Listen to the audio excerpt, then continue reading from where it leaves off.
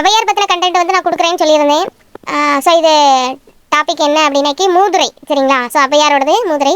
நல்வழி, மூதுரை, கொன்றை வேந்தன், ஆத்திச்சூடி, இதெல்லாம் ஔவையாரோடது. அதில் வந்து மூதுரை கண்டென்ட் வந்து இந்த டாபிக் எங்கே இருக்குன்னா 5th ஸ்டாண்டர்ட், சரிங்களா? 5th ஸ்டாண்டர்டில் வந்து ஃபஸ்ட் டேர்மில் இருக்குது. ஸோ அது இயல் 2 இதில் கொடுத்துருக்காங்களா? ஸோ இதில் 2. ஸோ இந்த கண்டென்ட்டில் என்ன இடத்துல கொடுத்துட்டாங்க, சரிங்களா? நம்மளுக்கு செய்யுள் பகுதியில் மூதுரை கொடுத்துருக்காங்க. ஸோ மூதுரை அப்படிங்கிற டாபிக் கீழே இந்த வரும்போது இதுக்கு வேறு பேர்லாம் உண்டு. மூதுரை, மூத்தோர் கூறும் அறிவுரை அப்படின்னு சொல்லுவாங்க. இதை தாண்டி இன்னொன்று இருக்குது அப்படின்னா வாக்குண்டாம் அப்படிங்கிற பேர்லையும் அழைக்கப்படும். ஏன் அப்படின்னு கேட்டிங்கன்னா செய்யுள் பகுதி வந்து வாக்குண்டாம் நல்ல மனமுண்டாம் மாமலராம் நோக்குண்டாம் மேனி நுடங்காது பூக்கொண்டு துப்பாயா தும்பிக்கையான் மேனி தப்பா மாதிரி தருவார் நமக்கு அப்படின்னு சொல்லிட்டு ஔவையாரோட முதல் பாடல் இருக்கும். ஸோ அதனால் அதுக்கு வாக்குண்டாம் அப்படிங்கிற இன்னொரு பேர் இருக்கும். ஸோ கணபதியை வாழ்த்து பாடி அதை தொடங்கியிருப்பாங்க. ஸோ இந்த பாடல் வந்து திருக்குறள்லையும் குறிப்பிட்ட மாதிரி இருக்கும். இப்போ மூதுரையோட அடக்கமுடையார் அறிவிலார் என்றெண்ணி கடக்க கருதவும் வேண்டாம் மடைத்தலையில் ஓடு மீன் ஓட ஒரு மீன் வருவளவும் வாடி இருக்குமாம் கொக்கு. ஸோ ஒருத்தங்க பொறுமையாக இருக்காங்கன்னா அவங்க வந்து நார்மலாக இருக்கிறாங்க அப்படின்னு சொல்லிட்டு அவங்கள எதிர்த்து போட்டியிட வேண்டாம் அப்படிங்கிறத வந்து இதில் சொல்லியிருப்பாங்க. ஸோ பொருளை பார்த்துடலாம். மடைத்தலையில் பாய்கின்ற நீரில் ஓடுகின்ற சிறு மீன்கள் ஓடிக்கொண்டிருக்க கொக்கானது தனக்கு இரையாகக்கூடிய பெரிய மீன்கள் வரும் வரை அசைவின்றி காத்திருக்கும். அதுபோல தமக்குரிய காலம் வருவரை சிலர் அடங்கியிருப்பார்கள். அவர்களை அறிவில்லாதவர் என்றெண்ணி வெல்ல நினைக்கவும் வேண்டாம் அப்படின்னு சொல்லியிருக்காங்க. அப்போ ஒரு மீன் அப்படின்னாக்கி பெரிய மீன், சரிங்களா? பெரிய மீன் வரும் வரை அது காத்துக்கிட்டு இருக்கும்.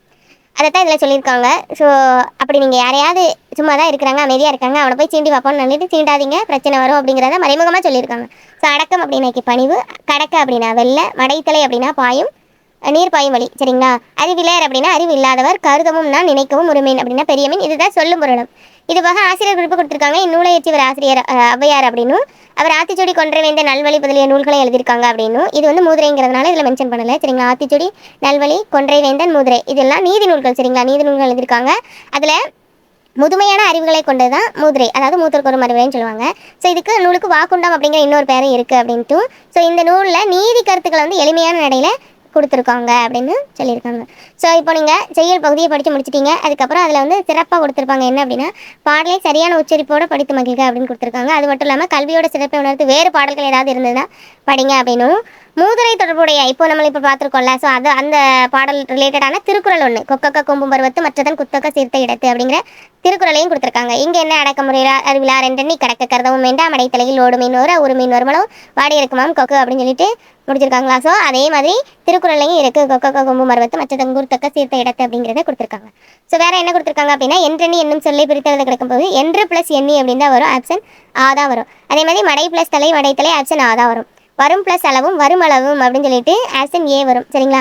அடுத்து அறிவிலார் அப்படிங்கிறதுக்கு எதிர்ச்சொல் அப்படின்னா அறிவுடையார் அப்படிங்கிறதா வரும். எண்ணுதல் என்னும் சொல்லிற்குரிய பொருள் அப்படின்னாக்கி என்ன அப்படின்னாக்கி நினைத்தல் அப்படிங்கிறதா வரும், சரிங்களா?